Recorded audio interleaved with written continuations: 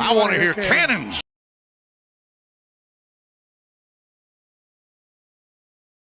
I want to hear cannons. Downfield, pull up, ball to the 5, touchdown Tampa Bay. Mike Evans does it again. Fire the cannons, Bucs. It's first and goal. That's picked up. That's picked off. And who else? Rondé Barber. And the Tampa Bay Buccaneers may ride to the Super Bowl with that one.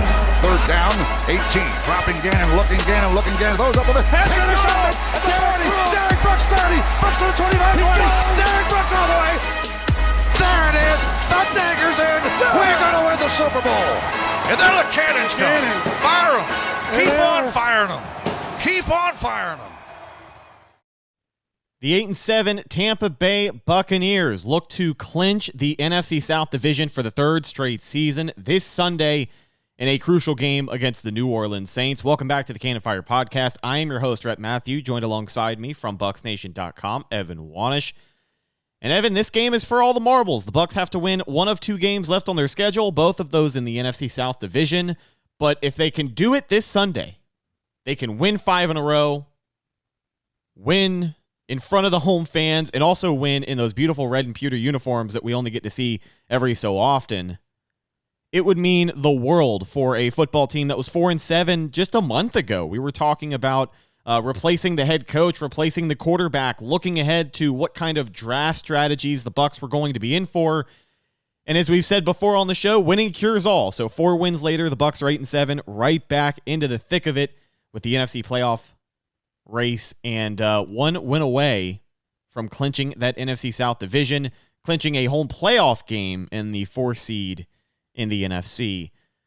What are your thoughts on the game? Obviously, a lot going on this week. Yeah, I mean, obviously, just like you said, there's a lot on the line. It'll be the first time ever that the Buccaneers, obviously last year was the first time they won NFC South back-to-back years. This will be the first time ever, obviously 3 straight. A 5-game win streak, I believe, would be the longest since that 2016 5-game win streak. I don't believe they've won 5 in a row since then. Including when we're talking about the regular season. Obviously, you talk about the playoffs. I think if you include the playoffs, I have to check though. Did the 2020 team? Did they end on a 5-game win streak? I don't quite remember. I'll check that out right now. But so. Yeah, like you said, though, there's a lot at stake. And also, look, they get a chance to sweep the Saints for a second straight year, which is something that the Saints did to the Buccaneers, both in 2020 and 2021. Obviously, the Buccaneers got the better of them in the playoffs, but in the regular season, that's what happens. So, no, the Buccaneers won 4 straight to end the regular season in 2020. So have not won 5 straight in the regular season, I'm pretty sure, since that 2016 season. So there's a lot at stake here. You may want to take a look at the 2021 schedule. I think they may have won 5 I don't think they won 5 straight. I know they went streaking. We were just talking the other day about if they won 4 straight, and they did. I think they didn't win 4 straight in that season. No kidding. They went streaking a lot. They won a lot of games. I mean, a franchise high 13-4 in the first 17-game season in NFL history. The Bucs came out on top. Didn't even get the 1 seed. That's the worst part, though. Yeah, they had 2 in 2021. They had 2 4-game win streaks. They did not have a 5-game win streak. So again, shades of that 2016 season where the Bucs went from 3-5 to 8-5. Ultimately missed the postseason, but that was a season that gave us a lot of hope for Dirk Cutter at that time.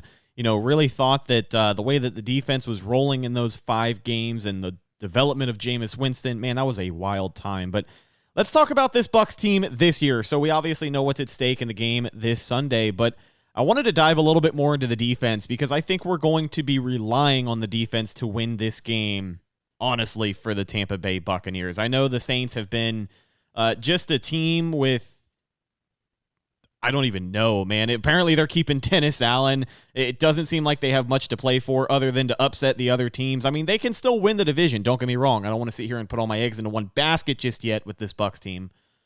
But the Saints are just not in a very good place. They are not. So wanted to dive into the defense because they're going to have to win the game. The Saints have been injured all year. They still have a top 10 pass defense, and they have been a team that, even though the Bucs have swept them in 2022 and could potentially do it this year. I don't want to count them out. We've been watching this team long enough to where even though the Bucs have kind of gotten New Orleans off of their back in a sense, it still feels like every game is not a guarantee, especially in this division, and especially a team that just knows how to steal wins like New Orleans knows how to do. I don't have a lot of favorable things to say about the Saints, but I have to give them credit because I can't discount any matchup the Bucs go into with them. So talking about the defense, I wanted to open things up specifically and talk about these young defensive players who have just shined recently. And I think a lot of guys who could be in the defensive rookie of the year conversation. Let's talk about Yaya Diaby first and foremost, who leads the team in sacks, which is tied for leading NFL rookies in sacks at 6.5. That is outside linebacker who has just absolutely showed up and played maybe a little over half the season, wasn't even a starter until 3-4 weeks ago. Yaya Diaby is an absolute force at outside linebacker, and I'm going to be curious to see what his ceiling looks like in the NFL, because if this is what we have seen on an abbreviated rookie season, dude, like, can you imagine what he's going to look like 3 years from now when the Bucs have to potentially pay him?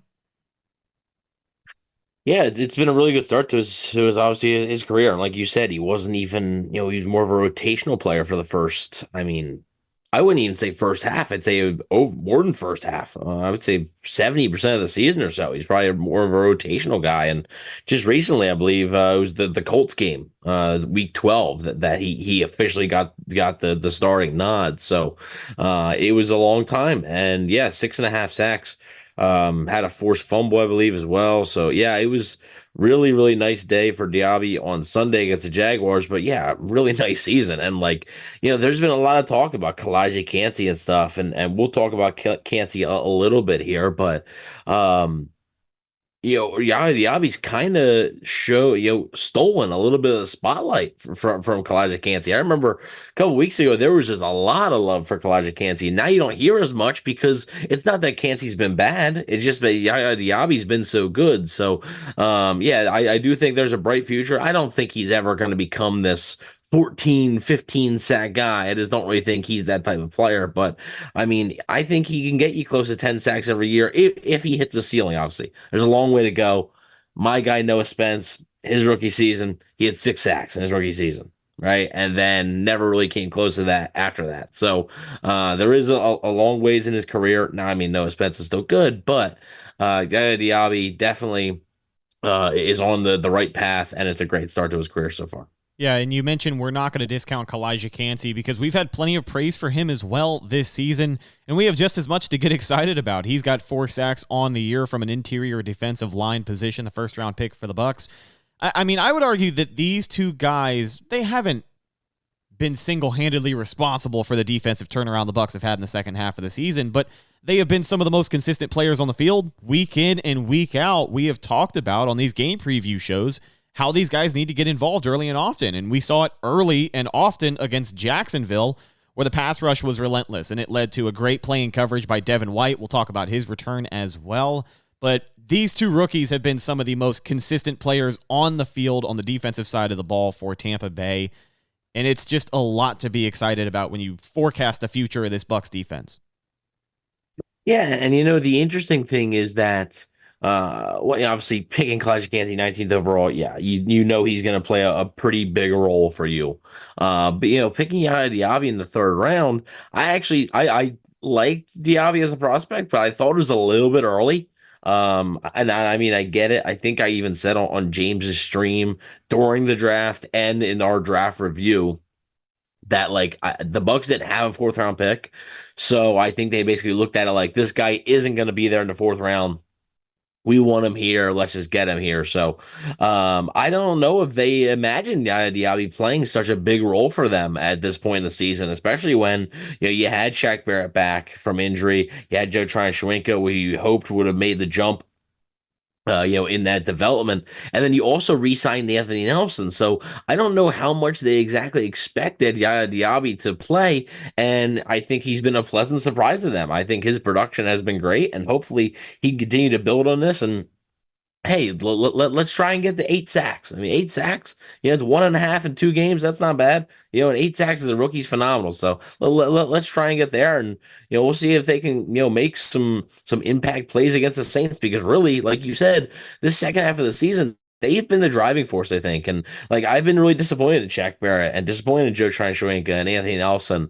But the pass rush has come from basically Vita Vea, Kalijah Kancey, and Yaya Diaby. Like, those are the three guys. And the good news is, all three of those guys are going to be here next year. And in terms of Yaya Diaby and Kalijah Kancey, they're going to be here for at least the next 4 or 5 seasons. So I do think, the future, they need more pieces along that defensive line.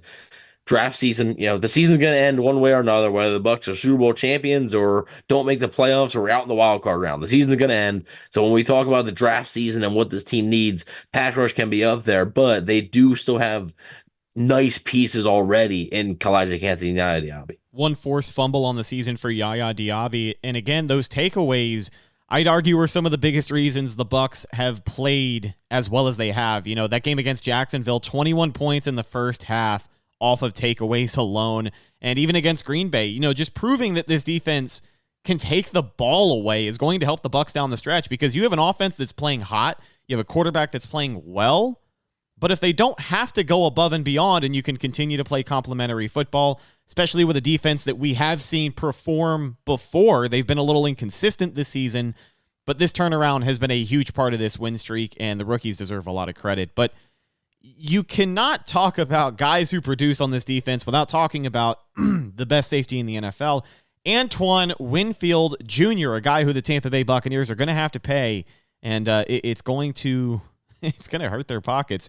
110 tackles on the season, 12 passes defended, 7 QB hits, 5 sacks, 5 tackles for loss, 5 forced fumbles, 4 recoveries, 3 interceptions. And all this is with 2 games remaining. So he does it all at the safety position. There is not any other safety that is above him in any of those categories, except for Kyle Hamilton, who I believe has him on interceptions. I could be wrong about that, but it's only one of those stats that he is trailing anybody in. I don't know why he isn't being talked about more for NFL Defensive Player of the Year. You could put that bet in, but if I'm a betting man, I wouldn't. I would like the odds on it, but I just don't think it works. I think those NFL honors, some of them, unfortunately, are still more of a popularity contest. And I just don't think Antoine Winfield Jr. at the end of the day is going to get enough credit for the work that he has done this season as far as the public eye, as far as the NFL casual fan is aware of, but as far as NFL teams are aware of who are looking to pay a safety this offseason, this guy is about to get the bag, whether it be in Tampa Bay or elsewhere. But it's going to be hard for the Bucs to let him walk. I can't imagine they do it. Well, and I have some bad news for any team that is looking forward to signing Antoine Winfield. It's not going to happen this offseason. If the Buccaneers cannot reach a long-term deal with Winfield, they're just going to franchise tag him. Like he's not going anywhere this offseason. I guarantee you. There is more of a chance that Mike Evans plays on another team next year than Antoine Winfield does. Like, it's just not going to happen. So, yeah. I don't think Bucs fans have much to worry about that. I don't even think Antoine Winfield's going to hit the open market. So long-term deals obviously preferred, but I think if worse comes to worst, I just think they're going to franchise tag him. So and then see if he can do it again, right? And if he can do it again, then you're really talking about a bag. But if he can't, maybe that price comes down a little bit. And I do think, he is playing like the best, safety in the NFL. You're talking about Jesse Bates in Atlanta. You're talking about Kyle Hamilton in Baltimore. I know Kyle Hamilton has been getting a lot of love. I think primarily because he had that big game against the 49ers on Monday night too. Like, I think that helps. And I don't think people are talking about Jesse Bates enough either because he plays for the Falcons. Like, they're not talking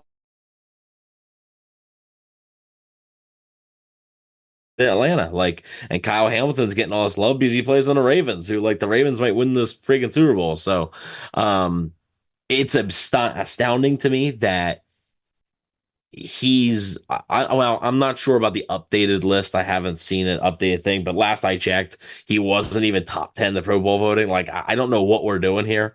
Okay, you can I understand you won't hear any of this, but you can make the argument maybe he's not the best safety in the NFL. But I believe the top 3 in the NFC would make it. The top 3 safeties in the NFC make the Pro Bowl. there's no way he's not the top of one of the top three safeties in the NFC. Like he's one of the top three safeties in the NFL. Like I don't see how this dude doesn't make a Pro Bowl. I don't really care about the Pro Bowl. Like that doesn't matter to me. It's a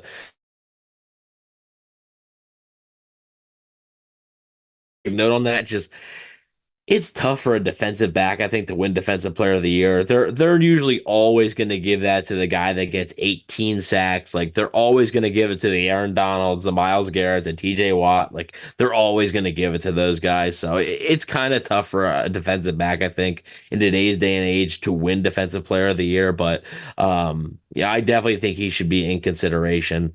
But yeah, Antoine Winfield's been just fantastic for the Bucs, and he's taking a huge jump. He's like, this isn't the player we've seen the last 3 seasons prior. Like he was good, right? We always knew he was really good, but this is like a next level type thing from Antoine Winfield Jr. And trust me, folks, like the Buccaneers have no plans to let him go anytime soon. So I wouldn't worry about Antoine Winfield. I'm not worried about that at all. I'm more focused on like, is Levante David going to retire? Is Mike Evans going to be back? Like that's what I'm worried about because I'm counting Antoine Winfield as being on this team in 2024. Yeah, one of the most impressive seasons, I'd say, by a Bucs defensive back in history. A long like time. Since Rondé Barber was going after the quarterback. It has been quite a long time, and he has been a Swiss Army knife for this defense. One more guy on this defense I wanted to talk about at the linebacker position. You know you've got the ageless wonder Levante David, but right next to him is Devin White, who made his return to Tampa Bay last week after missing a couple of games due to injury or whatever else. We got into it, open and shut case. It is what it is. Wanted to talk about Devin White and wanted to talk about him playing with a purpose. I mean, clearly this is a guy who shows up when he wants to, but when you're playing for a contract the way that he is, he's playing motivated. And I'd argue that is the best thing this Bucs team needs right now because it is a common goal, for everyone out there. He wants to play as well as he can. And I'd argue he took some of the best coverage snaps of his career last week against Jacksonville. That big interception early in the game. He was also able to get to the quarterback, which is what you love to see. That's been a huge strength of his, recording half a sack last week in that win against the Jags. I mean, he's playing great since he has been back, and you want to see him keep it consistent. For his sake, he's going to keep it consistent because we can talk about his performance, the big contract he's potentially going to sign, but I do think it's more than likely not going to be in Tampa Bay, as regardless of how well he does perform in these final games, that ship has probably sailed with his future with the Bucs. Yeah, it has. I mean, it's not, it's no secret. I think that relationship is, I think it's soured in the offseason. Like, I think it's soured when he made that trade request. And he played a great game on Sunday. Like he really did. The best game, honestly, probably the best game he's played in the last 2 seasons. Like he didn't even play that well in 2022. But the consistency isn't there. I think he's rubbed teammates the wrong way. I think he's rubbed the organization the wrong way. And that's exactly why, he's not going to be back. So if you enjoy watching Devin White play for the Buccaneers, I would enjoy these next 2 or 3 games because I don't foresee him being back in Tampa Bay. The only way is if Levante David basically walks and goes elsewhere or retires, and the Buccaneers just cannot find anybody else. Like that's the only way to me. So I don't foresee that happening. I think the Bucs are ready to move on. KJ Britt's played well in his absence. Servassier Dennis has shown flashes. I think the Buccaneers would be ready to give one of those guys a chance. I don't think they want their starting linebacker next year to be KJ Britt and Servassier Dennis because they still want to be competitive next year. Obviously, Todd Bowles will likely be back. Like he realizes if he only wins 6 games next year, he probably won't return for another season. So, he wants to still be competitive. And I do think that the Bucs want a veteran next to one of those younger guys. I just don't think that veteran's going to be Devin White. So I do think that, yes, he is playing well. It does benefit both parties, right? Like it benefits him because maybe, you're not going to get the contract that you wanted, 6 months ago. But if you play well down the stretch here, people are going to notice, and maybe you get a little bit of a better, instead of a 1 year $6 million deal, maybe you get a 1 year $10 million deal, and then you ball out, and then you get your big payday. So, and then for the Buccaneers, obviously you're getting a productive player. So down the playoff stretch here, and I don't think it really changes much about the future with Devin White here in Tampa Bay, but it is nice to see him come back right away and into the fold and play well. On the other side of the football, let's talk about the offense and why personally, Evan, I think it's going to be a tough week. We've talked a hell of a lot about this Buccaneers offense, how they're finally getting into the right rhythm, how Baker Mayfield is playing some of his best ball of the season, and they've done a lot of great things here in this 4-game win streak. But something about this game, something about what it means for not only the season, but for the franchise and the grand scheme of things, we're talking about something the Bucs have never done in the history of the team. They have never won 3 straight division titles. And for them to potentially do it against the New Orleans Saints, a team that I cannot stress enough, like a team that just will not go away. They've already beat them once this season. It's going to be even tougher to sweep them, and it's going to be even tougher to sweep them 2 years in a row. They got swept last year by a beat-up Tom Brady and a beat-up Bucs roster with an aging Julio Jones and a rookie Rachaad White.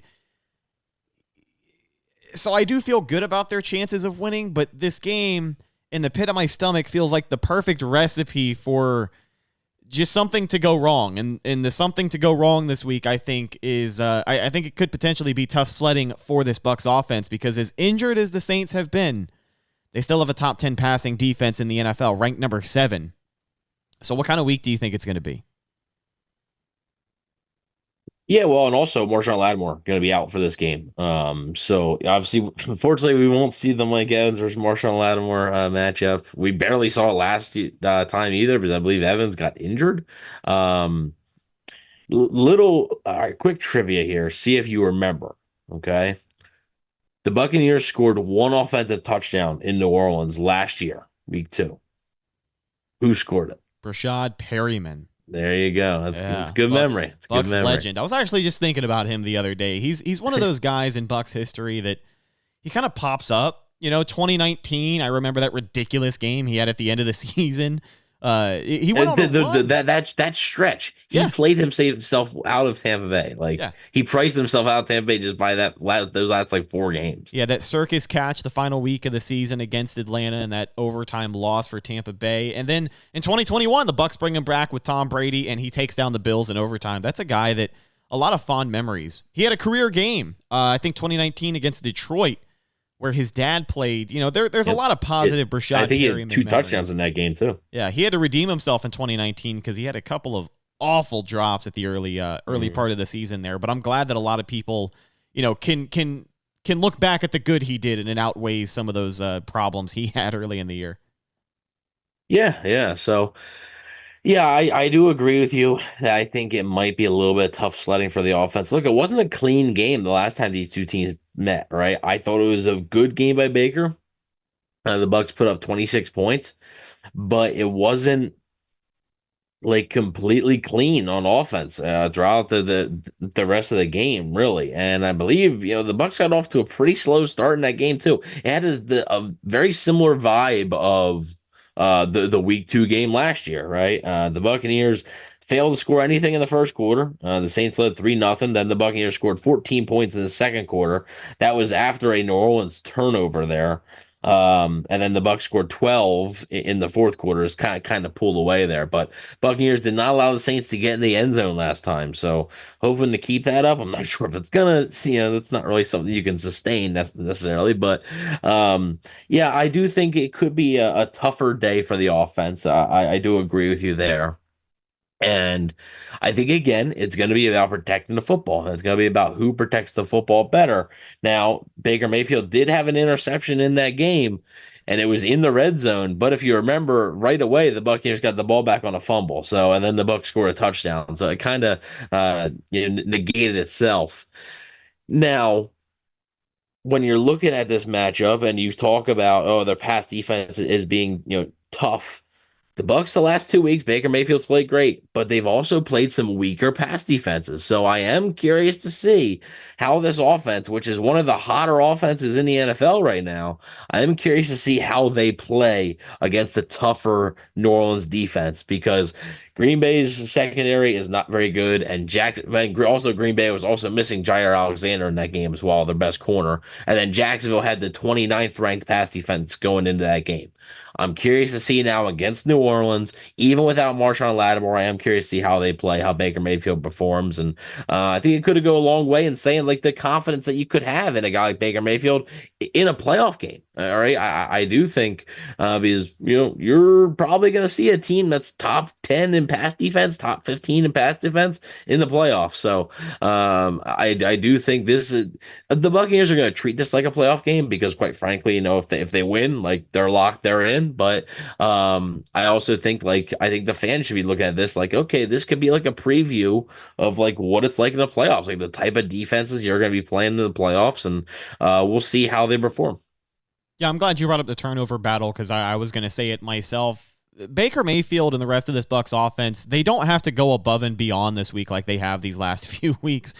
They just have to protect the football. And I think the Saints have proven one thing this year, and it's that they are definitely prone to turning the ball over. And with the Buccaneers defense kind of surging the way that it has with taking the ball away, I would expect a couple of opportunities this week. You have to capitalize, you have to play clean football, and you have to play complementary football, because if the Saints are as bad of a team as I want to believe, if there's one thing that's going to put them away, it's going to be capitalizing on their mistakes, and the Bucs are definitely going to be in position to do that. If there's one thing that's going to keep them in the game, it's going to be shooting yourself in the foot with turnovers. Very true. And then that's the other side of it, right? And that's if you can't protect the football, which the Buccaneers have done a better job of these past few weeks.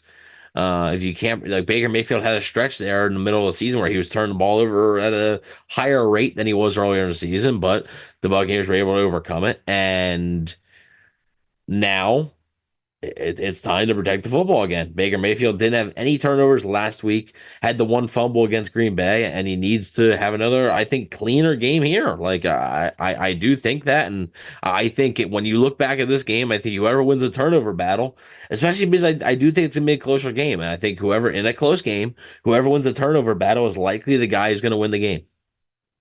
Saints defense, they got a leaky run defense, so I wanted to talk about Rachaad White and his expected performance this week. Now, if you are a betting degenerate like I tend to be, the line on him for receiving this week I really do like. I think it's 21.5 last time I looked at it, which for Rachaad White, we talk about his emergence. Last week it was 26.5. Actually, I hit a parlay. Let me pull it up. I did hit a parlay last week during the Jacksonville game. So shout out to Calvin Ridley too, because he was on that parlay. But yeah, Rachaad White's made me a Rachaad White was undoubtedly on that list. So if you can get that at that number, go ahead. Yeah, he's made me a lot of money this week. So look at your app, see what that line is. But I think Rachaad White's going to be huge. I think he's going to be the catalyst for what the Bucs do on offense. He has been in other weeks. We've seen him just completely take over the offense and be the only reason the Bucs have any sort of production. And I don't want to say that this week could be another one of those weeks, but again, we talk about how Baker may not have as easy of a day throwing the football. Maybe Mike Evans does ball out without Marshawn Lattimore. There's a lot of dynamics to this game that could be flipped on their head here in the first quarter. We just have to see how aggressive the Bucs come out on that first drive of the game, which last week, I'd argue some of the success they had against Jacksonville was because they came out so aggressive, going for it on fourth down multiple times there in the first half. That was exciting to watch, and I do have to give Todd Bowles a tip of my cap there because I have criticized him for a lack of consistency in deciding how aggressive he wants to be. And last week, he had the pedal down all four quarters. They got to do that again this week. But I think Rachaad White is a big part of that, whether running the football or throwing it. I like for him to have a big game this week. I think the offense moves through the run game.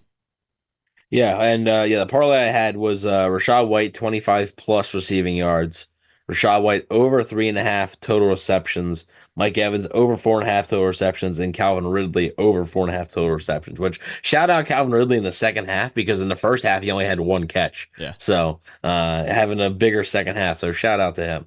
But yeah, I mean, Rachaad White has become a bigger part of this offense as the season's gone on, and he went from basically being a disappointing player, I think, earlier in the season. Like you were expecting, because last year, sort of at this time, is when he really started to come into his own, right? He had that game-winning touchdown against New Orleans. He had the late one against Arizona. Like he started to come into his own as a running back, was basically the starter, took the job away from Leonard Fournette.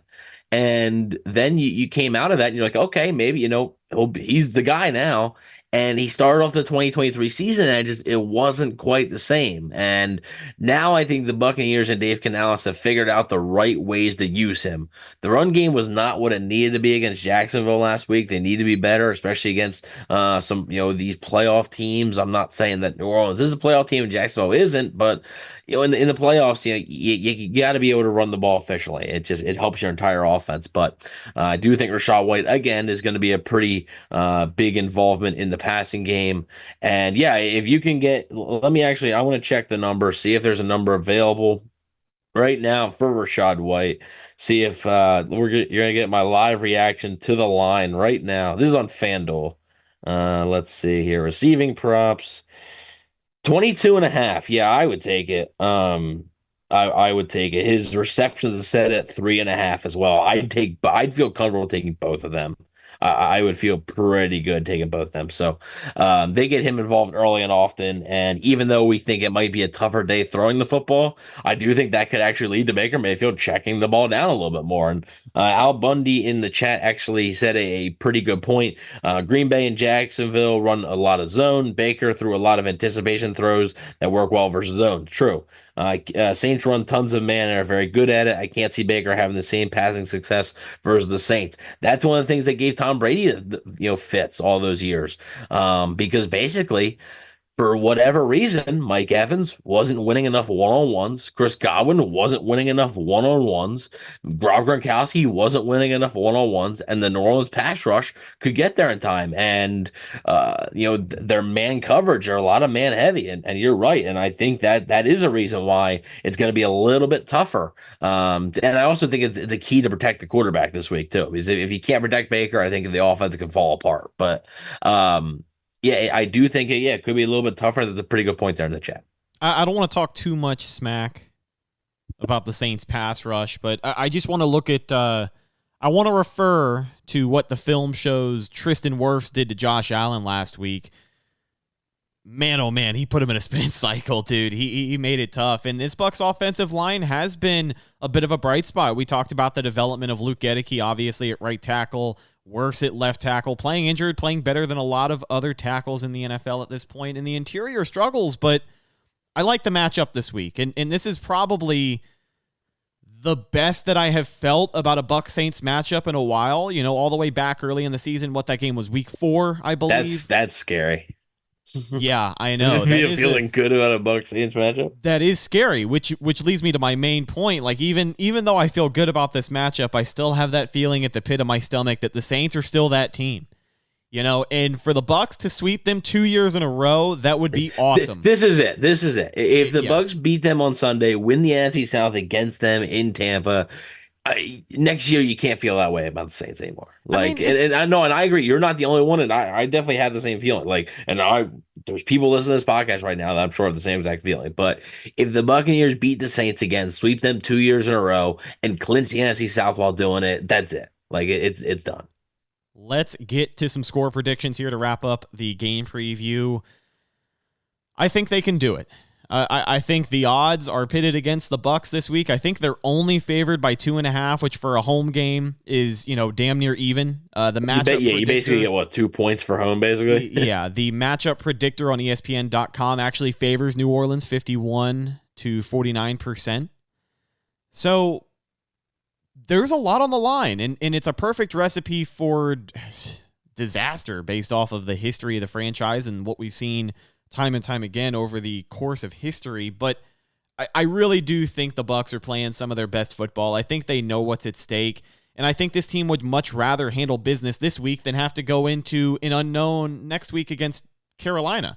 Like, the Panthers are a laughingstock. Don't get me wrong. They more than likely are going to shore up the number 1 overall pick in the draft, which, good for them. But They don't own. So. Exactly. So it's as good as it can be for them. They are a dumpster fire, but they are still a team that would love to play upset. And if the Bucs lose, the Panthers would love nothing more. Well, and also Carolina has been playing a little bit better. They have. Which like they beat Atlanta. They took Green Bay to, I believe, overtime. Like they've been playing a little bit better. Which is exactly why the Bucs need to handle business this week against a proven opponent.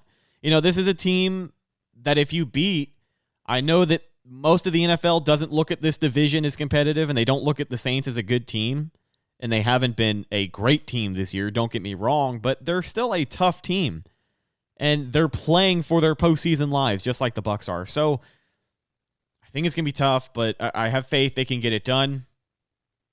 My hopes for this team are a little bit more than I thought they would be headed into this game, just because of how they beat Jacksonville. Like nobody saw that. We didn't even talk about this, but I completely missed this actually. Todd Bowles says that Carlton Davis, Shaq Barrett, and Cook Keys are out for Sunday's game against the Saints. So that's another thing for Yaya Diaby to step up. You know, it's even more important now for a guy like Yaya Diaby to step up. So we'll see.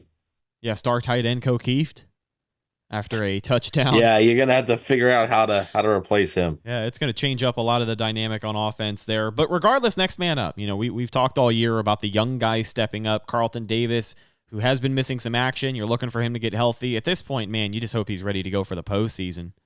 But the Bucs need to handle business. They need to keep momentum riding high. Isaiah brought it up in the chat. We need to keep momentum. That is really the biggest thing. Yeah, I mean, there's a lot riding on the game this week. For the Bucs, it is their postseason momentum. It is the NFC South division, if they can conquer that for the third straight season for the first time in team history.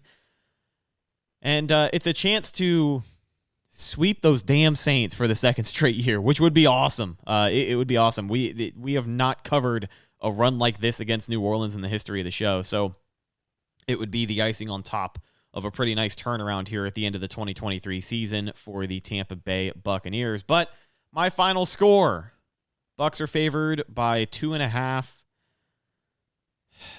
I think they win, and I do think they cover. I think they win by 3. Low scoring affair. I've got the Bucs coming out on top. 24-21.